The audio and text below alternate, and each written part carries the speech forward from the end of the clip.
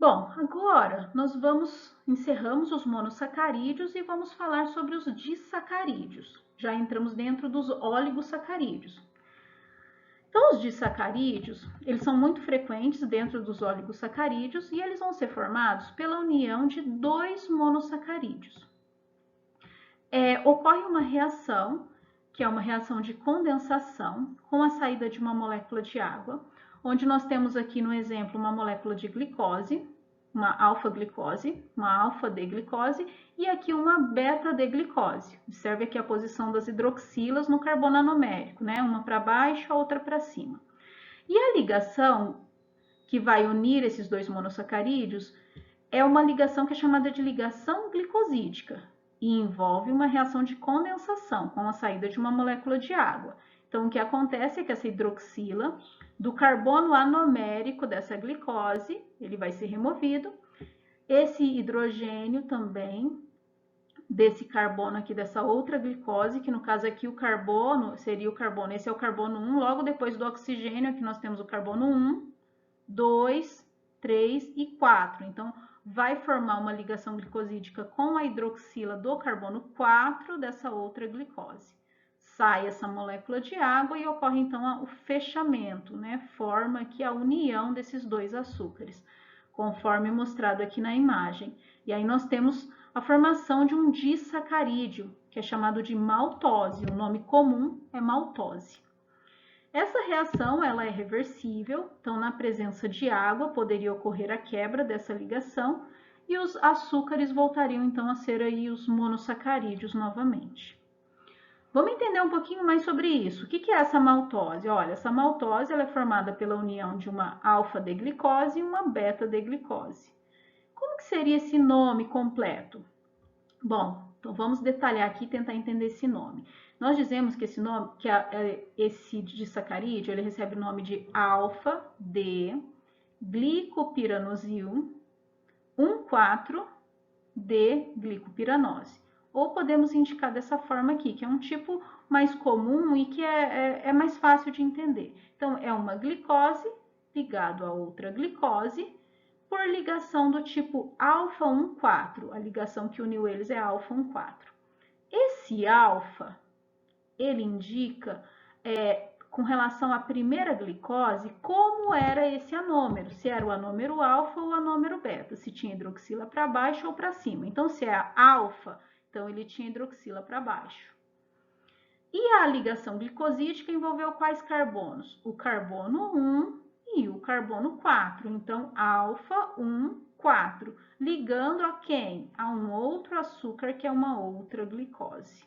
Então, esse nome aqui é um nome menos usado, mas veja que é um nome completo, inclusive ele indica se o anel era piranose ou, porventura, uma furanose. Não é o caso aqui, mas ele indicaria.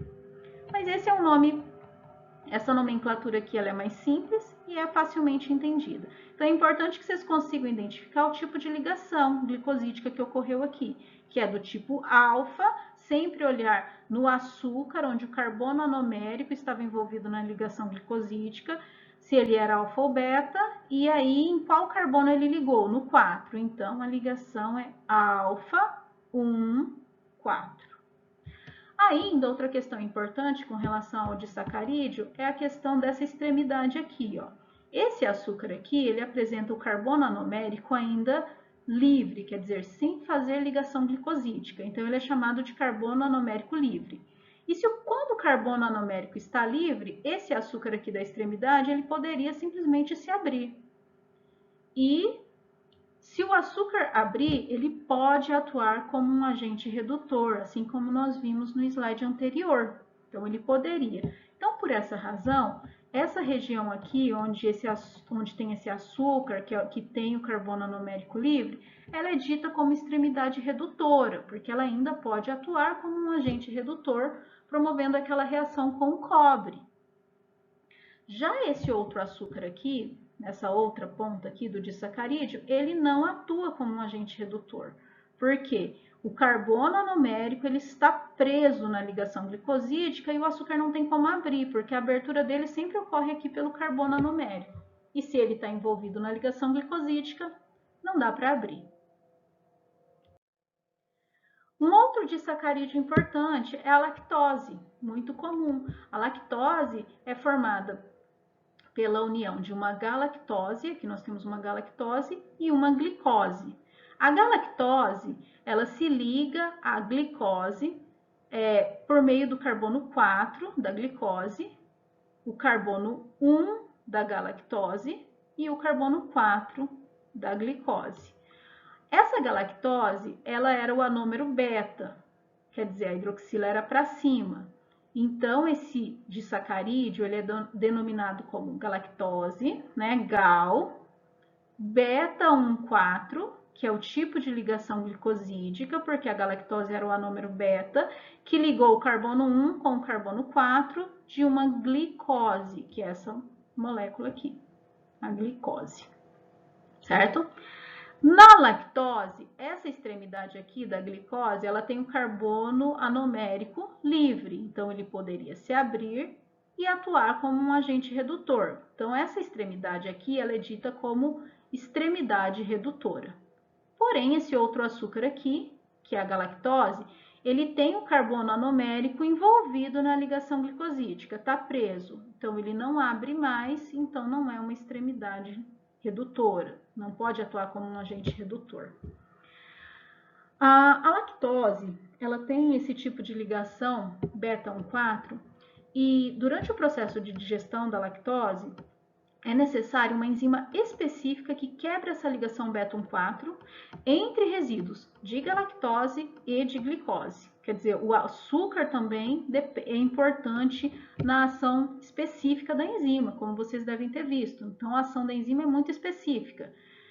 Essa enzima, ela é chamada de lactase, ela promove a quebra dessa ligação entre esses dois resíduos de açúcar. E o que acontece é que indivíduos adultos, mamíferos adultos, eles tendem a ter uma perda na capacidade de produção da enzima lactase. E com o passar do tempo, então, isso pode gerar o processo de intolerância à lactose, que seria a falta da digestão da lactose, né, que aí começa a sobrar no intestino.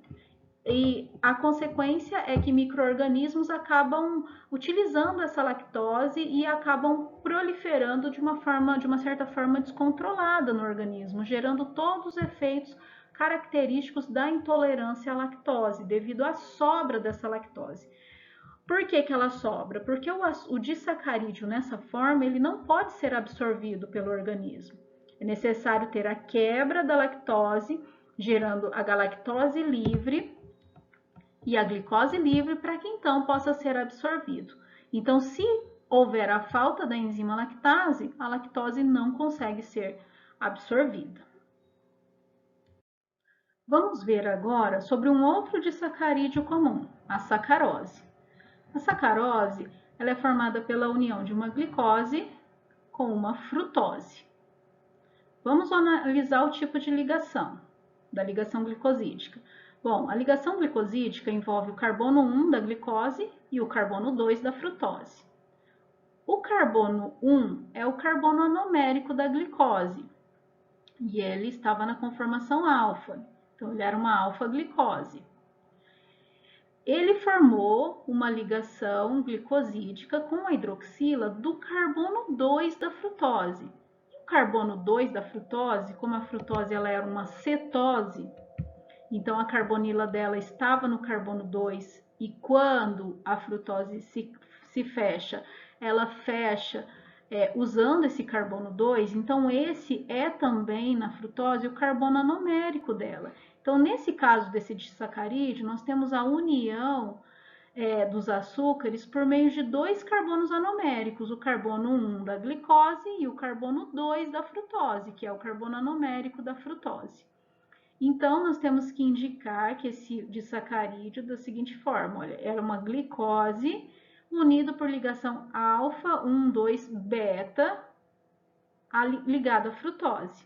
E aí é necessário, então, a inserção tanto do alfa, para dizer que o carbono anomérico 1 da glicose era alfa, e o beta, porque diz que o carbono 2 da frutose, que é o carbono anomérico, ele era o anômero beta. E dessa forma, nesse disacarídeo, nós podemos observar as duas extremidades, e aí nós vamos ver que nenhum dos açúcares, nem a frutose nessa extremidade e nem a glicose nessa outra extremidade, apresenta o carbono anomérico livre, porque ambos os açúcares têm os seus carbonos anoméricos envolvidos na ligação glicosídica. E se ele está na ligação glicosídica envolvido, ele não tem como abrir, porque, lembram, é necessário abrir o açúcar para ele atuar como um açúcar redutor. E como isso não é mais possível, então, nesse caso, esse disacarídeo, que é a sacarose, ele não apresenta extremidade redutora e não é, portanto, um açúcar redutor. Então, em resumo, sobre os disacarídeos mais importantes que nós vimos, nós falamos sobre a sacarose, falamos também sobre a maltose e a lactose. Enquanto que a maltose e a lactose são disacarídeos redutores, porque tem extremidade redutora, a sacarose já é um disacarídeo não redutor. Ele não tem essa capacidade, então, de atuar como um agente redutor. E é uma característica muito importante ele ser um açúcar não redutor, porque isso torna a molécula muito mais estável, muito mais adequada para armazenamento e para o transporte de energia. Então, as plantas, elas utilizam, né, elas produzem a sacarose e armazenam essa sacarose. E o fato de ser um açúcar não redutor é muito importante por questões de estabilidade, então não causar essa questão de oxidação e redução. Então, acaba conferindo, sendo uma característica estrutural que confere uma importância para os organismos vivos.